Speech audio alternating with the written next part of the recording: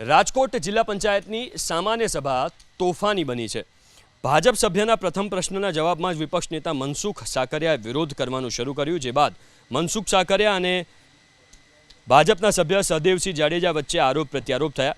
ભાજપ સભ્ય સહદેવસિંહ જાડેજાએ મનસુખ સાકરિયા પર ભ્રષ્ટાચારનો આરોપ લગાવ્યો।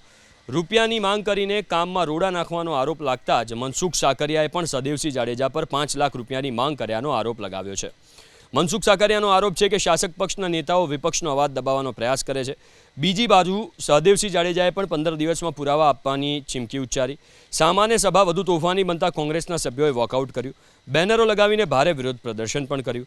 જિલ્લા પંચાયતની સામાન્ય સભામાં ઉપસ્થિત રહેલા સાંસદ પરસોત્તમ રૂપાલાએ પણ કોંગ્રેસ પર શાબ્દિક પ્રહારો કર્યા। દિલ્હીમાં એઆઈ સમિટમાં કોંગ્રેસે કરેલા શર્ટલેસ વિરોધ પ્રદર્શનને વખોડીને રૂપાલાએ કહ્યું કે પ્રજાના પ્રશ્નોને વાચા આપવાને બદલે વિપક્ષને આવા ડિંડક કરવામાં જ રસ છે।